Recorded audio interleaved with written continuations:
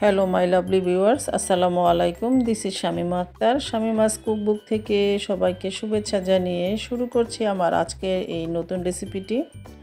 আর আমি আজকে তৈরি করে দেখাবো দারুণ মজার একটি ডেজার্ট রেসিপি, আর সেটি হচ্ছে মালাই কেক।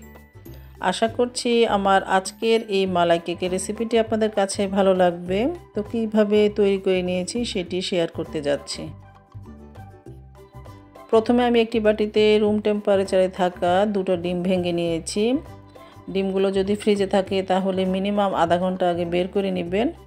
এখন আমি মিডিয়াম স্পিডে ইলেকট্রিক বিটারের সাহায্যে এটাকে আমি বিট করতে থাকছি, দেখতেই পাচ্ছেন। আমি এখানে 2 মিনিট বিট করে নিয়েছি। এখন আমি এখানে হাফ কাপ পরিমাণ চিনি অ্যাড করে দিচ্ছি, তবে চিনিটা কিন্তু আমি একবারেই দিব না, আমি 3 বারে চিনিটাকে এখানে মিশিয়ে নেব। এইভাবে অল্প অল্প করে চিনিটা দিতে থাকবো আর এরকম বিট করতে থাকবো, এতে করে ডিমের সাথে চিনিটা ভালো মতো মিশে যাবে। আমি এখানে দিয়ে দিচ্ছি 2 টেবিল চামচ পরিমাণ লিকুইড দুধ, আর দিয়ে দিব 1 টিস্পুন পরিমাণ ভ্যানিলা এসেন্স দিয়ে আবার আমি এখানে ভালো মতো বিট করে নিয়ে নিচ্ছি। আর আমি এখানে আরও 1 টেবিল চামচের মতো রেগুলার সয়াবিন তেলটাও অ্যাড করে দিয়েছি। তো দেখতে পাচ্ছেন বিট করে নেওয়া হয়ে গিয়েছে। এখন আমি একটি চালনির উপরে হাফ কাপ পরিমাণ ময়দা দিয়ে দিলাম, হাফ টিস্পুনের মতো দিয়ে দিয়েছি বেকিং পাউডার, আর 1/4 টিস্পুন দিয়ে দিলাম লবণ, দিয়ে এটাকে আমি ভালো মতো চেলে নিয়ে নিচ্ছি। তো চেলে নেওয়া হয়ে গিয়েছে। এখন আমি এটাকে আলতো হাতে এভাবে মিশিয়ে নিব। তো কেকের ব্যাটারটা আমার একদম রেডি করে নেওয়া হয়ে গিয়েছে। দেখতে পাচ্ছেন কেকের ব্যাটারের ঘনত্বটা ঠিক এরকম হবে। এরপর আমি যেই মোল্ডে আমি কেকটাকে বেক করে নিব, সেই মোল্ডটাতে দেখতেই পাচ্ছেন আমি সামান্য পরিমাণ তেল দিয়ে এটাকে ব্রাশ করে নিয়ে নিচ্ছি। আমি একটি ওভেন প্রুফ একটি বাটিতে আমি এভাবে কেকটাকে মোল্ড করে বেক করে নিব। আপনারা যে কোনো ধরনের বাটি এখানে ইউজ করতে পারেন। তো তেলটা ব্রাশ করে নেওয়ার পর এখন আমি সম্পূর্ণ ব্যাটারটাকে এখানে ঢেলে নিয়ে নিচ্ছি। তো কেকের সম্পূর্ণ ব্যাটারটাকে আমি এখানে ঢেলে নিয়ে নিলাম। তারপর আমি এটাকে একটু স্প্যাচুলার সাহায্যে এভাবে চারপাশটাকে ছড়িয়ে নিলাম। এখন একটু হালকা ট্যাপ করে নিয়ে নিচ্ছি।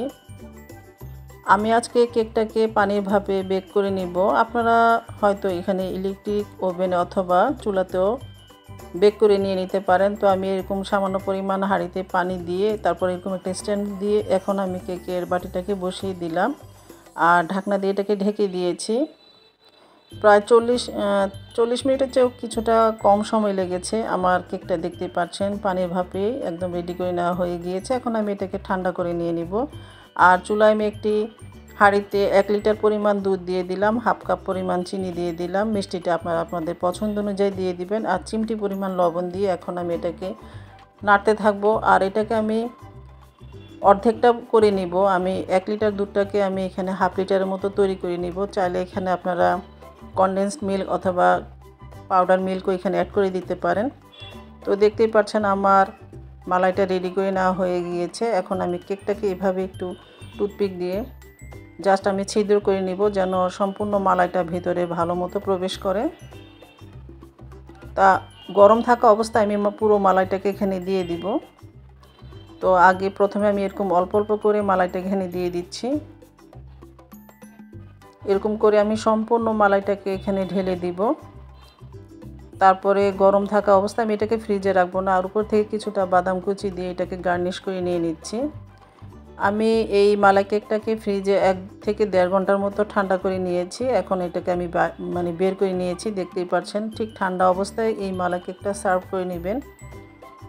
তো আমি কেকটাকে কেটে দেখাচ্ছি কতটা সফট হয়েছে। ব্যাস তৈরি হয়ে গেল আমার খুবই ঝটপট কম সময়ে মালাই কেক। আশা করছি আমার আজকের রেসিপিটি আপনাদের কাছে অনেক ভালো লেগেছে। ভালো লাগলে অবশ্যই একটি লাইক দিয়ে দিবেন আর ফ্রেন্ডস এন্ড ফ্যামিলির সাথে শেয়ার করবেন। আজ এই পর্যন্তই। ভালো থাকবেন, সুস্থ থাকবেন। আল্লাহ হাফেজ।